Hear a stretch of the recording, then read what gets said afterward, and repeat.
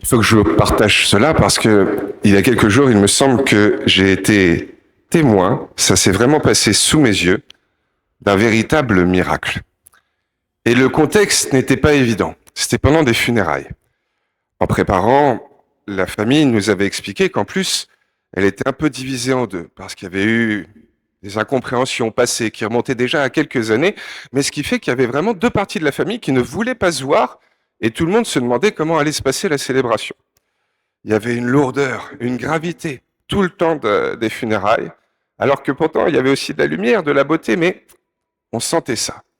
Et arrive le moment où on doit tourner autour du cercueil pour aller bénir ou faire un geste de dévotion à l'égard du défunt.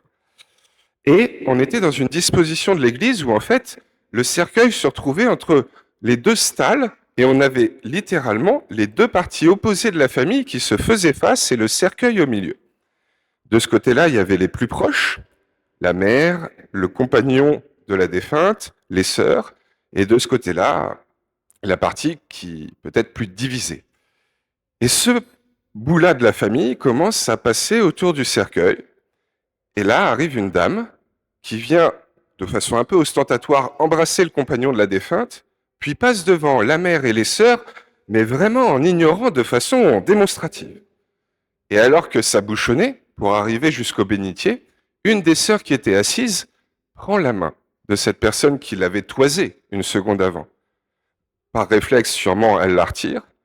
La sœur reprend la main, elle se la laisse prendre. Ça a duré quelques secondes, elle recommence à avancer. Là, la sœur qui était assise se relève à sa suite, elle va bénir juste après.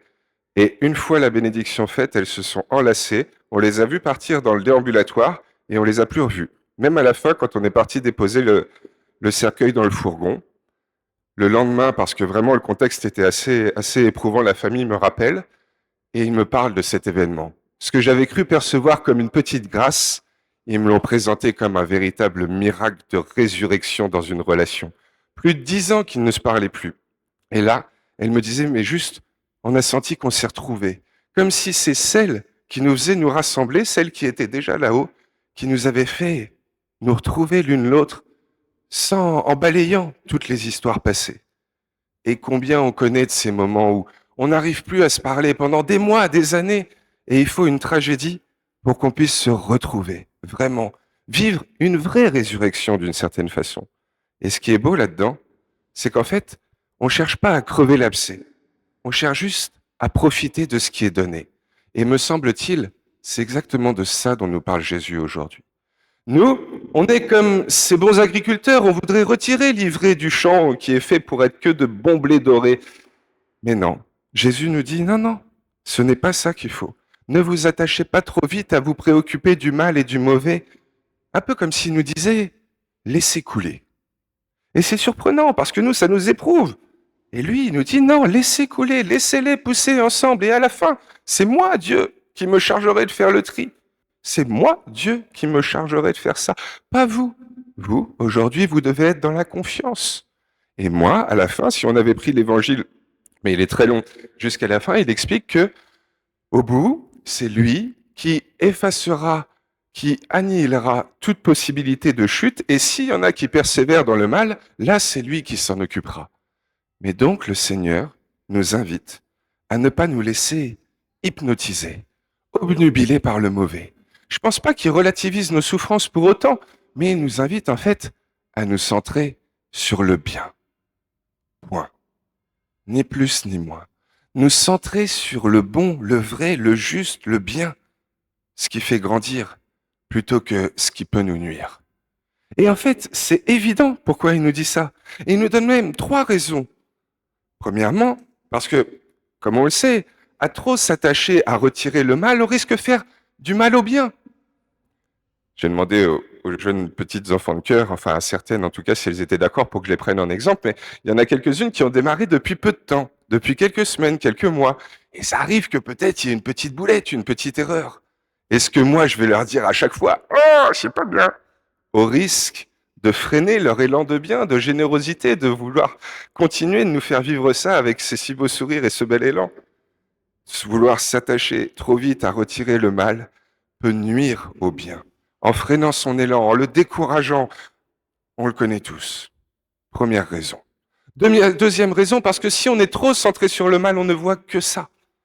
Combien d'anciens fumeurs, de personnes qui avaient des mauvaises habitudes, des conduites à risque, ont réussi, non pas à la 36e fois d'une nouvelle stratégie pour réussir à se défaire de tous ces trucs mauvais, mais juste le jour où dans leur vie, il y a eu du mieux.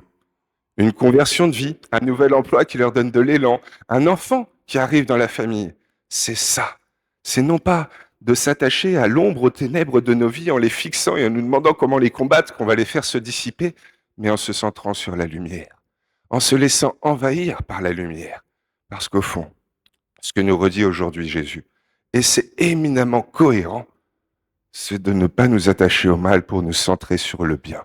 Pourquoi ? Parce que le bien, c'est l'absence de mal. Le bien, c'est l'absence de mal. Donc plus on se centre sur le bien, plus on donne au bien d'être, plus le mal se dissipe. C'est une question d'équilibre, ni plus ni moins.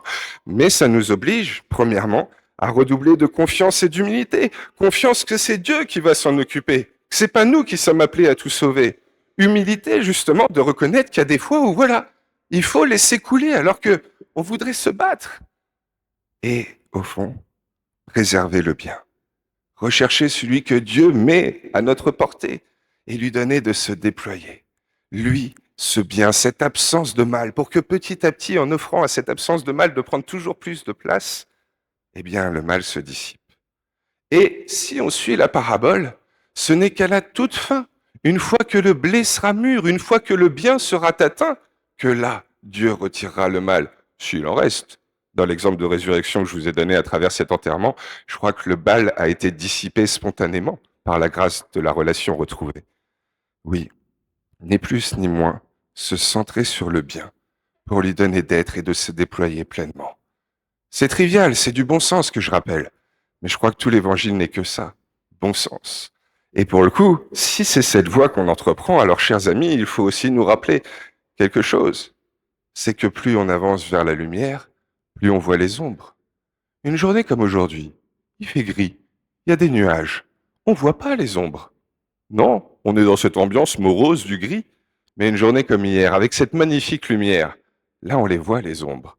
Et plus il fait beau, plus on avance dans la lumière, plus les ombres sont fortes, prégnantes, contrastées. Plus on avance vers le bien, plus on va voir le mal. Et vu qu'on est très fort pour voir le mal au dehors de nous plutôt qu'à l'intérieur, on a tendance à le voir encore plus présent chez les autres. Et c'est pour ça que le livre de la sagesse nous rappelle cette phrase somptueuse, le juste doit rester humain. Le juste doit être humain. Bien sûr, l'humain que nous sommes doit chercher à être juste aux yeux de Dieu, mais une fois qu'on commence à prendre ce chemin, on a tendance à voir le mal que font les autres et on peut devenir un petit peu inhumain avec eux, intransigeant, moralisant, exigeant, écrasant de notre volonté de bien faire. Que le juste reste humain, nous dit le livre de la sagesse. Qu'on puisse rester à la mesure du prochain, non pas pour risquer de l'écraser, mais au contraire lui donner envie de marcher avec nous vers un peu plus de lumière, un peu plus de mieux.